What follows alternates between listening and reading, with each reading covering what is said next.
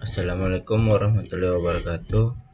Baik, kami dari kelompok 6 ingin mempresentasikan hasil diskusi kami yang berjudul PT Alami Fintech Syariah. Dan adapun anggota kelompok kami yaitu Muhammad Nasril Samsari, Andika Dewi Putra, Wildan Ramdhani, dan saya sendiri Muhammad Dirga. Yang pertama, saya akan menjelaskan profil startup Alami Syariah, yang dimana PT Alami Fintech Syariah ini terdiri pada tanggal 5 September 2018 dan model bisnisnya itu platform P2P lending berbasis syariah dan berfokus pada pembiayaan produktif untuk UMKM. Dan untuk pencapaian kami menyalurkan pembiayaan lebih dari 5 triliun hingga 2023 kepada lebih dari 12.000 proyek. Dan di sini kami memiliki visi dan misi Alami Syariah. Visi Alami Syariah kami menjadi platform keuangan syariah terdepan untuk mendukung pertumbuhan ekonomi umat.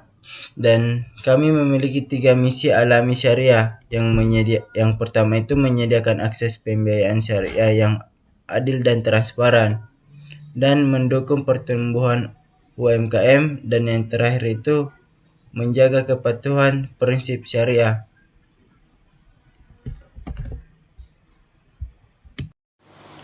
Baik, selanjutnya ada sumber pendanaan alami. Yang pertama itu adalah pendanaan individu atau masyarakat umum, dan yang kedua adalah lembaga keuangan syariah atau investor institusi, dan yang ketiga adalah crowdfunding syariah melalui platform alami. Dan selanjutnya akad yang digunakan oleh startup kami adalah yang pertama itu adalah murabahah atau jual beli dengan margin, dan yang kedua itu adalah ijarah atau sewa menyewa barang atau jasa, dan yang ketiga adalah muharabah atau kerjasama pemodal dan pengelola usaha, dan keempat adalah musyarakah atau usaha bersama dua pihak atau lebih.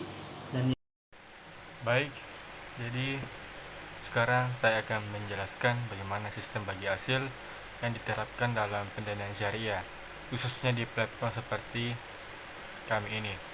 Jadi pendanaan syariah menggunakan konsep nisbah, yaitu rasio bagi hasil yang sudah disepakati bersama sejak awal antara pendana dan penerima.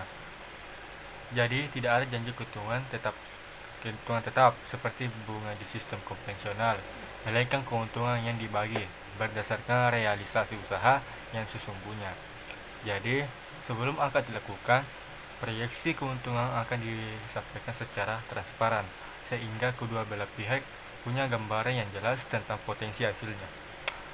Nah, menariknya lagi, pendana bisa memantau performa pembiayaannya secara langsung melalui dashboard yang disediakan oleh Alami. Dengan cara ini, prinsip keadilan benar-benar ditegakkan karena keuntungan dibagi secara proporsional dan adil tanpa ada yang dirugikan sama sekali. Jadi untuk keuntungan yang didapatkan dari pendanaan syariah ini, jadi yang pertama jelas transaksi di sini bebas dari riba karena seluruh akad yang digunakan mengikuti prinsip-prinsip syariah. Kedua, prosesnya sangat transparan dan dilakukan secara digital melalui platform online, jadi kita bisa mengakses informasi dengan mudah. Ketiga, pendanaan ini bukan cuma soal untung, tapi juga berdampak sosial karena turut membantu UMKM untuk tumbuh dan berkembang. Dan yang terakhir, sistem ini memberikan rasa aman dan tenang karena semua proses diawasi dan dijalankan sesuai prinsip Islam. Jadi pendanaan syariah ini bukan cuma festival finansial, tapi juga prestasi keberkahan. Baik, sekian, terima kasih. Oke, baik, selanjutnya itu tantangan pendanaan syariah. Poin yang pertama, literasi masyarakat masih rendah. banyaknya masyarakat belum memahami konsep keuangan syariah. Yang kedua, perkembangan regulasi. Perlunya terus menyesuaikan dengan regulasi baru dari OJK dan DSN MUI. Kemudian risiko gagal bayar, terutama itu dari sektor UMKM yang rentan terhadap kondisi ekonomi. Dan yang terakhir, kurangnya SDM ahli syariah, keterbatasan tenaga profesional yang memahami baik aspek bisnis dan syariah. Kemudian strategi mengatasi tantangan. Di sini itu dibagi menjadi 3. Yang pertama, edukasi keuangan syariah secara aktif. Yang kedua, kolaborasi dengan regulator dan institusi. Dan yang ketiga, pemanfaatan teknologi untuk analisis risiko. Dan yang terakhir itu kesimpulannya, alami sukses menjadi P2P syariah terkemuka, menggunakan akad-akad syariah yang sah dan transparansi dan keadilan dengan pembiayaan dijaga. Rekomendasi untuk startup itu, yang pertama, memahami prinsip syariah sejak awal, transparansi dalam semua proses, kolaborasi dengan lembaga syariah, dan edukasi publik tentang pembiayaan yang halal. Mungkin itu saja presentasi dari kelompok kami. Jika ada kesalahan kata, kami meminta maaf. Saya akhiri dengan ucapan wassalamualaikum warahmatullahi wabarakatuh.